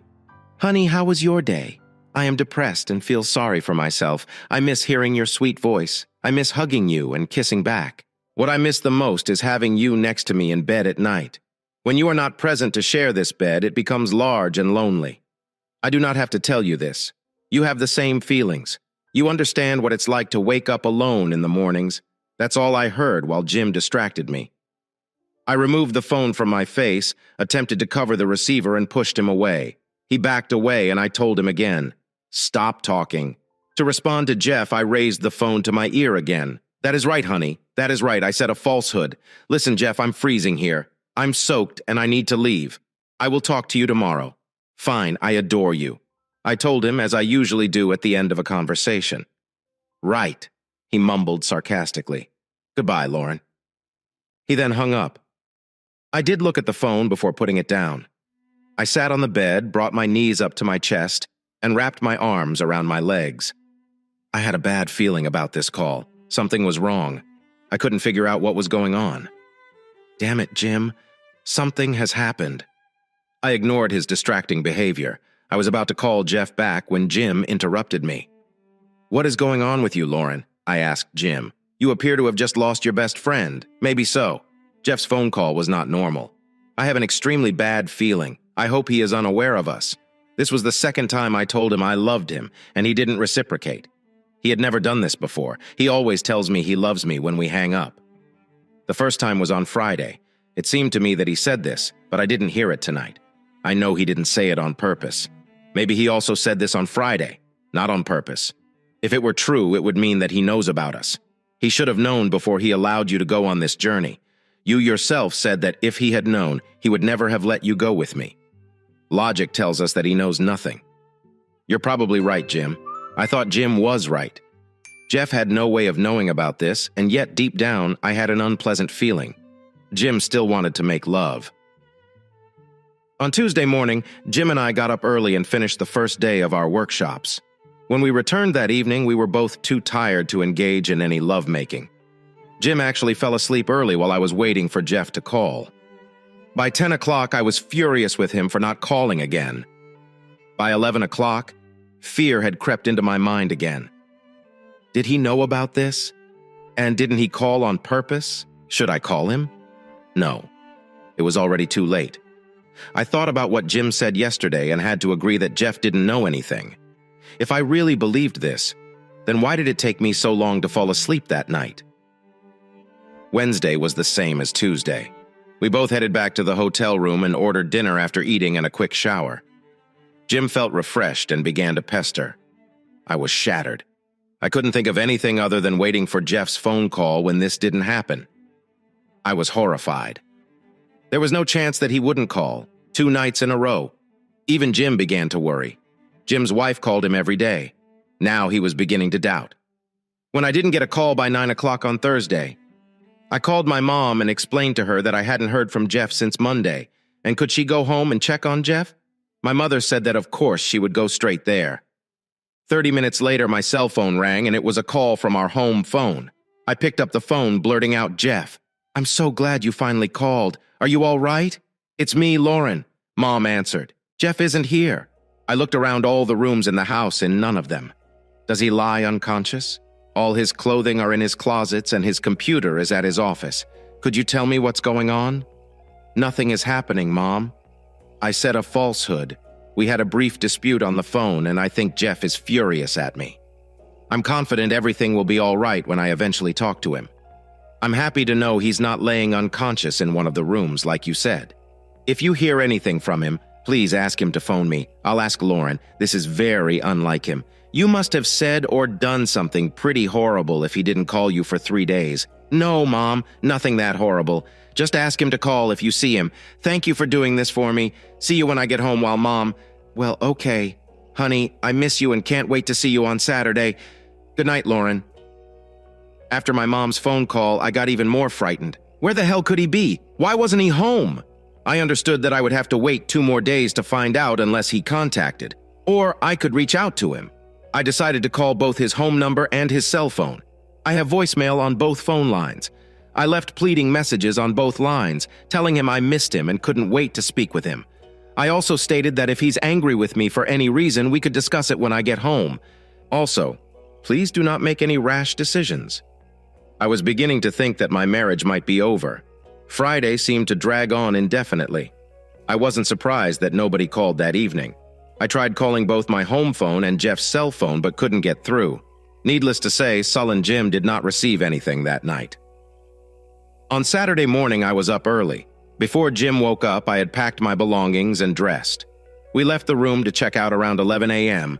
when the elevator doors opened into the lobby. When I looked at the front desk, I noticed the clerk pick up his phone and make a call. He spoke briefly before hanging up. As we approached the front desk, Jim handed the clerk our key cards and his credit card. The name of the bad guy on the clerk's shirt was Carlos. Carlos returned Jim's credit card and asked him to sign some paperwork. What he said next reduced my brain to mush. He ambushed us by saying, "Mr. Beckman, Mrs. Carlson, I hope you enjoyed your stay at the Victor Hotel, and I look forward to seeing you again soon." When I heard him say my real name, my mind went blank. All I could do was look at him and ask, "What did you call me?" "You are Mrs. Carlson, correct?" he asked with a sly smile. My intelligent response was, "Why do you think that?" He displayed 2 photographs on the counter in front of us. One of the photos was of Jim sitting in a hotel restaurant. The other was of me, taken on the day I attempted to sunbathe topless by the pool. My bare breasts were clearly visible in the image. Carlos went on to describe how he obtained these photographs. Some man approached me and inquired whether I knew the people in the photographs. I said yes. I informed him that you are registered as the Beckmans. You are well known here after flaunting your naked charms last Monday. This person continued to tell me that I was wrong. He identified the man in the photo as Jim Beckman. However, the woman with him is not Jim's wife, but rather Lauren Carlson. He was present. Jeff was present. When did he arrive here? I inquired. Carlos gave me another look that I couldn't comprehend. Allow me to see. Carlos logged into his computer and informed me that a Mr. Jeff Carlson checked in last Friday at 4 o'clock and checked out on Tuesday at noon. "Oh my God, Jim, he stayed here all weekend." I said something. Carlos turned to me and inquired, "You are Mrs. Carlson, correct?" "Yes, this is true." Strangely, I expressed shame. "Okay, in that case, I have something to offer you." Carlos gave the same strange smile as he handed me an envelope. I gave him a look. It was not addressed to anybody. I opened the envelope and pulled out a folded piece of paper.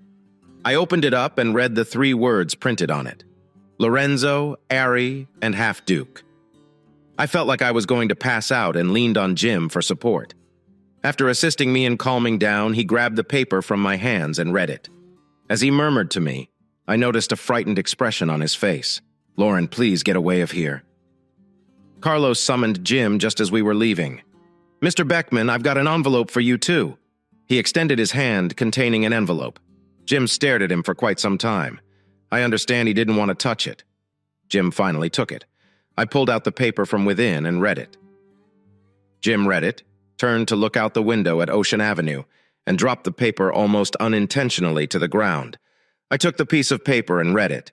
"You expected to get away with it, idiot. I just spent the last 2 hours with your wife this morning. I don't think you'll have the homecoming you were looking for. I presented her with all of my evidence. This is just the beginning. I will do anything in my power to make your life a living nightmare." Jim was still staring out the window. As I was putting my handbag away, I snapped 2 images and letters for Jim and myself. Carlos picked up the phone and asked, "Did you hear that?" I glanced at him and he asked, "Is this everything you expected? That's okay, sir.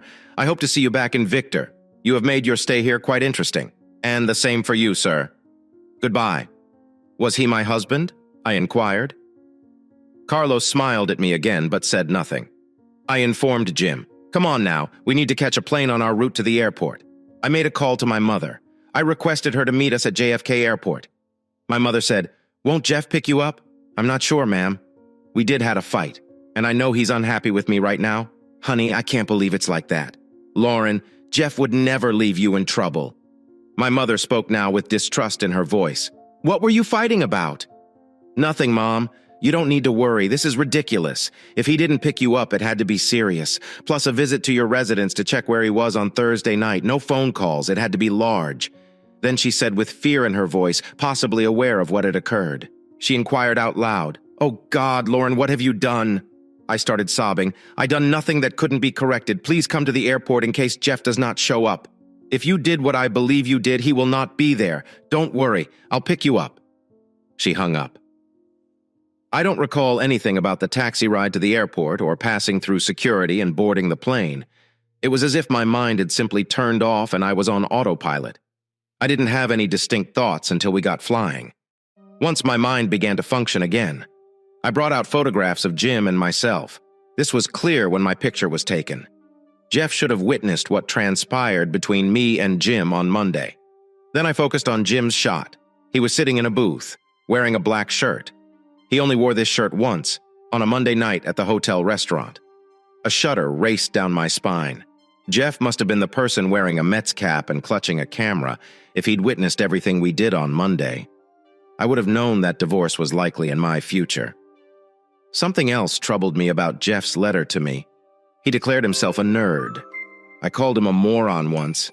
That is when I answered his phone call on Sunday. He must have connected us to the music in some way. I can't imagine what he'd do if he heard what we said. I could only hope he'd pick me up at Kennedy Airport and take me home. I believed the possibilities of this happening were small. Jim sat next to the window. Every time I looked at him, he was staring out the window, but I knew he wasn't seeing much. I spent the majority of the flight home looking over letters and images. I kept thinking about the phone calls I'd received from Jeff if he was in Miami. Who knows what he saw and heard? This ignorance made me afraid. The most scary part was the last phone call. That night, I realized something wasn't right. There was something wrong with this call. His demeanor was odd, and I missed something. Now I realized how crucial it was, and Jim's distraction made me regret it. After repeating everything in my thoughts, I concluded I couldn't do anything until I saw Jeff again. When the plane touched down, I couldn't wait to get out. I dashed through the terminal till I exited the security zone. If Jeff was going to pick me up, I needed to see him. There was a short ramp that led to the lobby where Jeff should be waiting. As I stepped down the ramp, I quickly prayed. I noticed my mother waiting for me. I inquired, "Is Jeff here?" Mom shook her head from left to right, saying, "No." Jim followed straight behind me. I looked around and did not see Jane. He appeared despondent. He hurriedly grabbed his phone and called his wife. "Jane."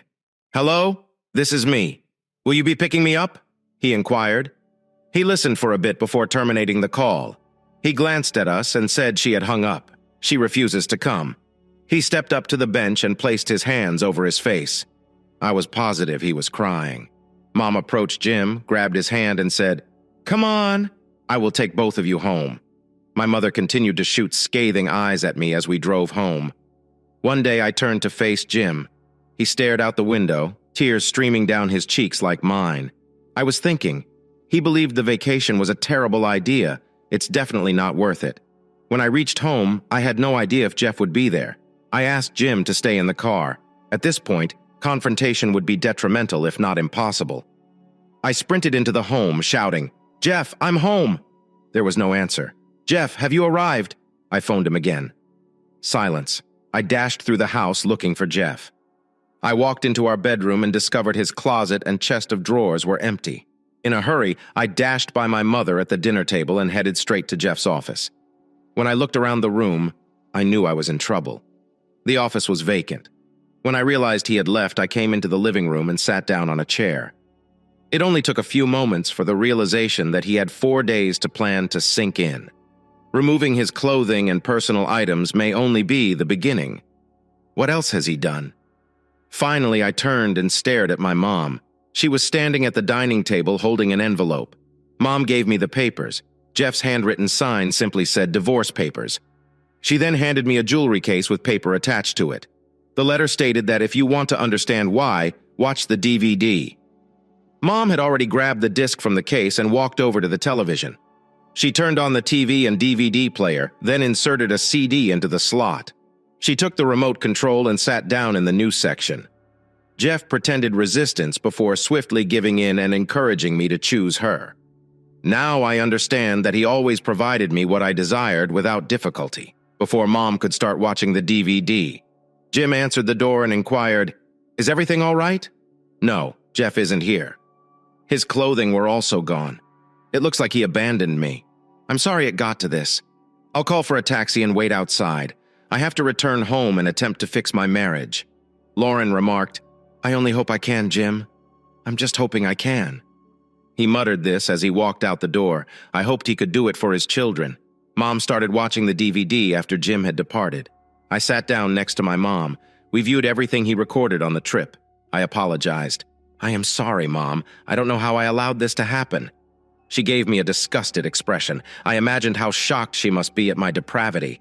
My heart plummeted as I considered how my mother may have felt witnessing my crime.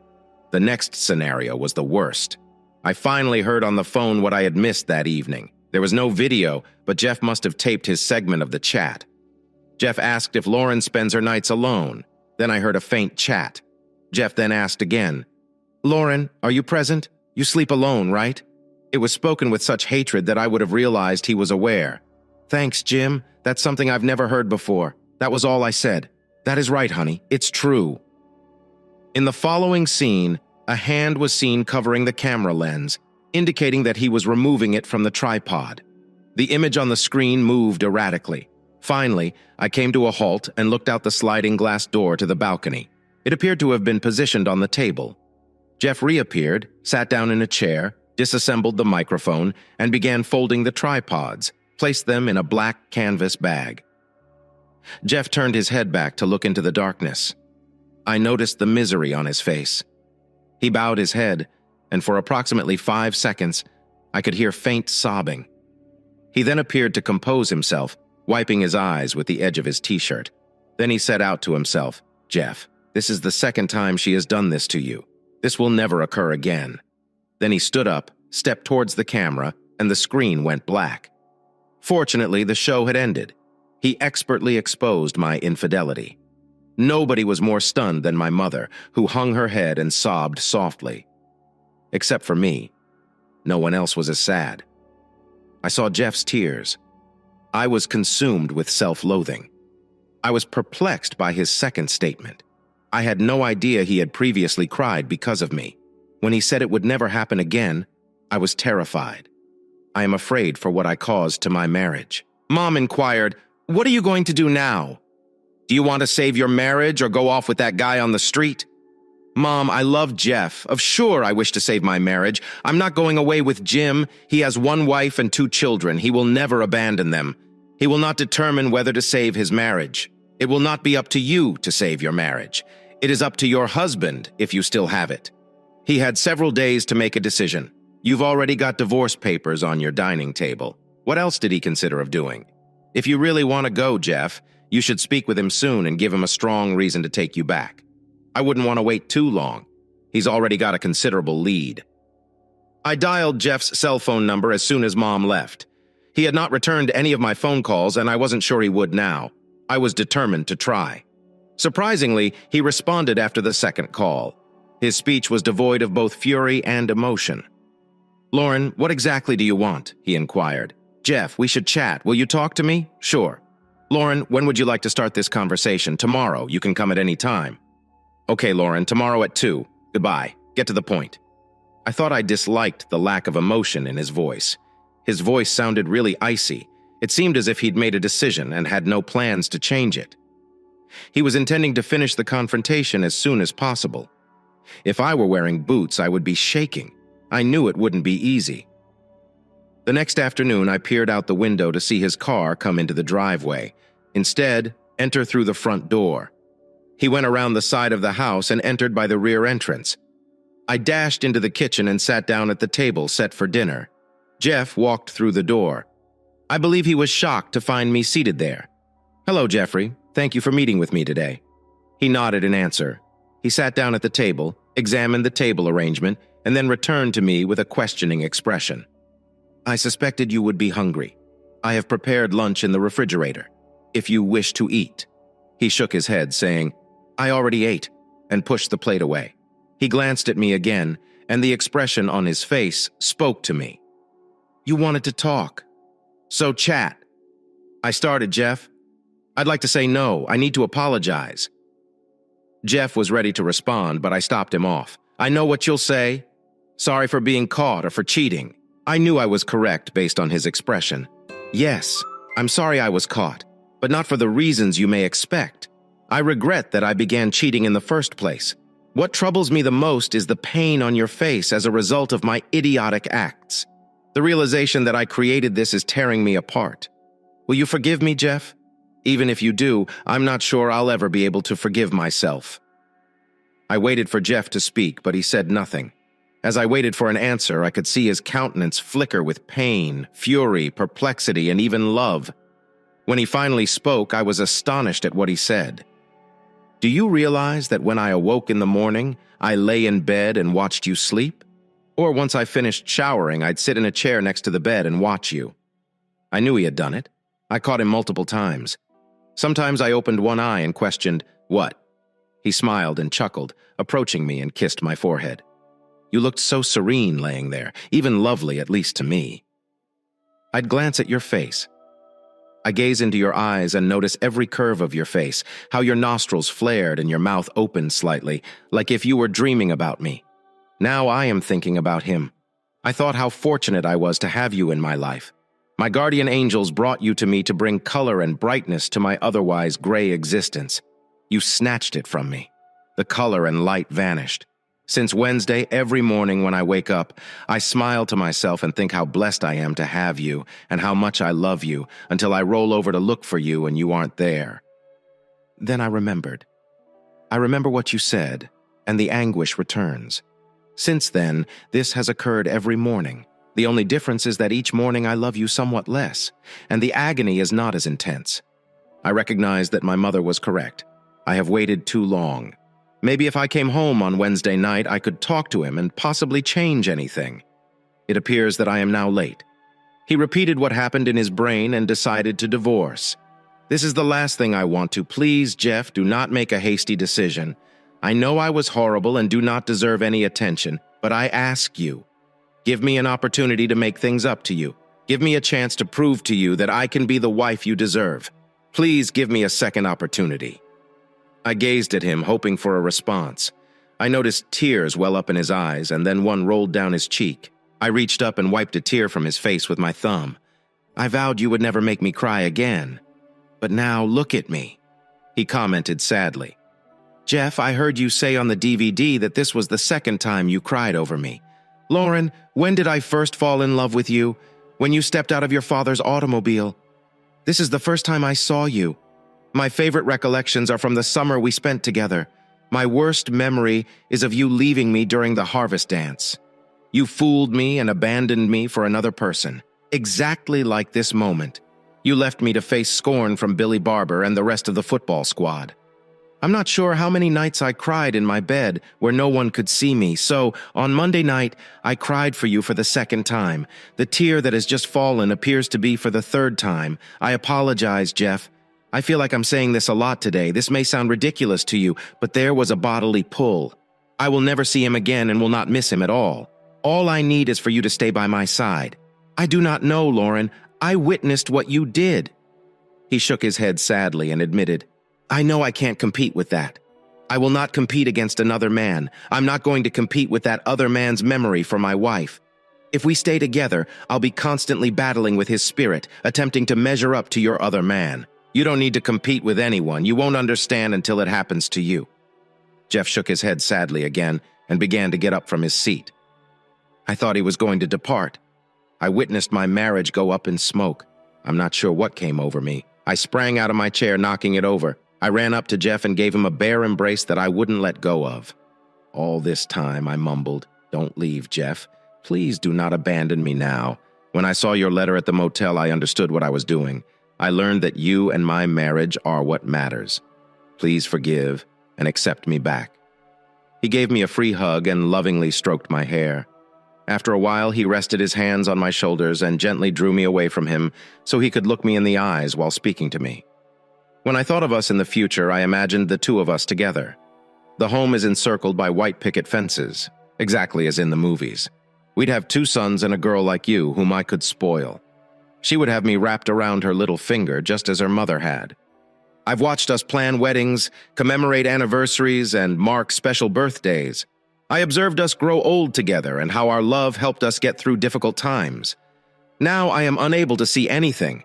I have a huge dark hole where love once was. I can see the terrible darkness of existence without you. He stepped away, saying, I need to go. I need to do something. Do not go. We have a lot to talk about. No, I need to compose a thank you note. What letter possibly be more important than attempting to repair our marriage? And who should you address the letter to? Ron Millsap. Why? What does he have to do with it? He assisted me in leaving my unfaithful wife. He turned and walked out the door, humming a song that I later discovered was a stranger in my home. 5 years later, my wife requested me to take her car to the front of the home. We were headed to my folks' place for a Memorial Day celebration. I strolled out the back door, past a freshly constructed 10-car garage, to a bluff overlooking the beach below, Long Island Sound, and the Connecticut coast. I no longer lived in a leased house on Nassau's beachfront, but rather in the ancient town, Mattoontown, in the garage. I needed to determine which car I wanted to drive to my folks. My attention fell on garage number 5. I pressed the remote control and stepped aside as the door opened to reveal my latest acquisition. I closed the door and started the engine. I adored the sound of the powerful, rebuilt Ford 390 V8 engine. The automobile pulled out of the garage. I lowered the convertible top and pulled into the circular driveway in front of the house. I got out of the car and turned to face the current target of my devotion. The 1961 Ford Thunderbird convertible has bright chrome, black paint, interior, and canopy. God, it was wonderful. My wife opened the door, frowning. My child is in. I cannot drive with the top down. You'll need to pick it up. I mentioned it to Nina. Okay, I will put it up. But it looks much cooler with the top down. If you ever want me to ride with the top down again, you better put it up now. My mind returned to the day I first drove the car, and we went for a drive with the top down, and Nina lowered her top while I swiftly hit the button to raise it. Nina smiled smugly. She knew how to unleash her incredible feminine strength. I met Nina 2 months before my divorce from Lauren was finalized. Mr. Diamond, the bank's president, agreed on only one thing with his ex-wife, their adopted child from Romania. Even though they detested each other, they both adored this young daughter. The Gems established a charity to benefit Romanian orphans. I knew I was supposed to participate in a $1,000 per plate fundraiser because I had become Mr. Diamond's favorite. I was seated at his table, next to his wife. There was an empty area beside me. Before I sat down, I looked at the card on the table which said, "Reserved for me, Kiara Nova." As I sat down, I said hello to Mr. Diamond and gently kissed the former Mrs. Diamond on the cheek. I looked at my boss again, who had a sly smile on his face. It seemed like only seconds had passed before this beauty in black took the seat next to me. Mr. Diamond's face was glowing, and he never stopped smiling while he presented me to Janina. Kiara Nova, Victoria's Secret lingerie models. Nina was a Romanian orphan who served on the charity's board. That evening, Nina and I hit it off. We spoke about our lives. She told me about her horrible experiences in Romanian orphanages. I believe she nearly brought me to tears. I wanted to cuddle and protect her. She later informed me that she sensed my sensitivity and wanted to learn more about me. This evening, many single guys invited her to dance, but she refused. I did not invite her since I assumed she did not want to dance. Nina took matters into her own hands and asked me to dance. I answered, "Of course." We dated for 2 years before we married. The wedding was held at Mr. Diamond's estate in Southampton, New York. I believed his wife was too young for him. He was 35 years old, not 61, but he constantly smiled. So, what do I know? We had a wonderful first year until Nina approached me and said she wanted to have a kid. I asked her if she was aware that having a baby would put her modeling career on wait for a long time. She looked me directly in the eyes and said, "The only thing I want more than anything in the world is to have a child with you." She smiled widely as she continued, "Maybe more than one?" I'm sure a large smile flashed on my face when I recommended that we start trying today. We both giggled and dashed into the bedroom. A year and a half later, our son, Jeff Jr., was born. We got in the car after putting Jeff Jr. in the back seat. The only non-standard component on the T-Bird was the air conditioning unit I fitted. I knew from experience that once Nina changed her clothes, she didn't want anything to mess up her hair. She'd sooner ride a horse in 100-degree heat than have her hair tousled. Installing air conditioning would have made things more pleasant for both of us. When we walked into my father's backyard, he was grilling burgers and sausages. I was surprised to see Lauren and her mother, Cheryl, sitting at the table talking to my mother. Nina carried Jeff Jr. in her arms, walked over to the table, and sat. Mom hurriedly retrieved her cherished and only grandson from Nina. I approached my father and asked, "What the hell are they doing here?" My father said, "Speak quietly. Your mother invited them. She and Cheryl had grown close after Frank's death. Lauren was all alone, so your mother invited her. You know, she had a difficult time getting rid of that jackass Billy Barber after you two separated. I knew she married Billy after I met Nina. I did not believe she was so foolish, so she truly cheated on me with that asshole Beckman. I felt certain he would have gotten divorced. Instead, his wife accepted him back. She has 2 children to worry about. It should matter. For a long period, I hired a private investigator to follow him. Every time he was on the verge of landing a decent job, I propagated stories about his being a lousy worker, and he lost. This lasted until he or his wife realized that I must have played a role in his sequence of failures. Jane Beckman called and asked me directly if Jim's lack of job opportunities had anything to do with my vendetta. Before I could answer, she explained that it had harmed not only Jim, but also her and her 2 children. She went on to add that she thought what he did to me was terrible, but she didn't lash out at his children. I didn't tell her right away that I was involved, but I did say that I was confident that he would be able to find work more easily now. She thanked me sincerely and apologized for destroying my marriage. I have no idea what he's doing now that I let the detective go, along with all of my leftover animosity for him. It was a huge relief to be free of the luggage I was hauling. I picked up my baby from Nina and greeted Lauren and Cheryl before strolling over to the bench near the kitchen's rear entrance. A few moments later, Cheryl Schiavo sat next to me and extended her arms to hug Jeff Jr.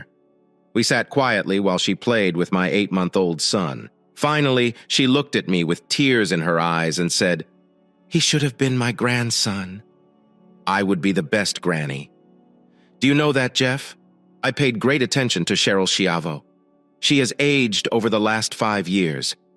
I knew our divorce was hard on her. She had always liked me, and she was overjoyed when Lauren and I got married. I knew it would be true, Mom. You were a wonderful mother to Lauren, and I am confident you would have made an excellent grandmother. Thank you, Jeffrey. I have missed you for the past 5 years. Congratulations on your promotion at the bank. Your father informed me that you are now in second place there.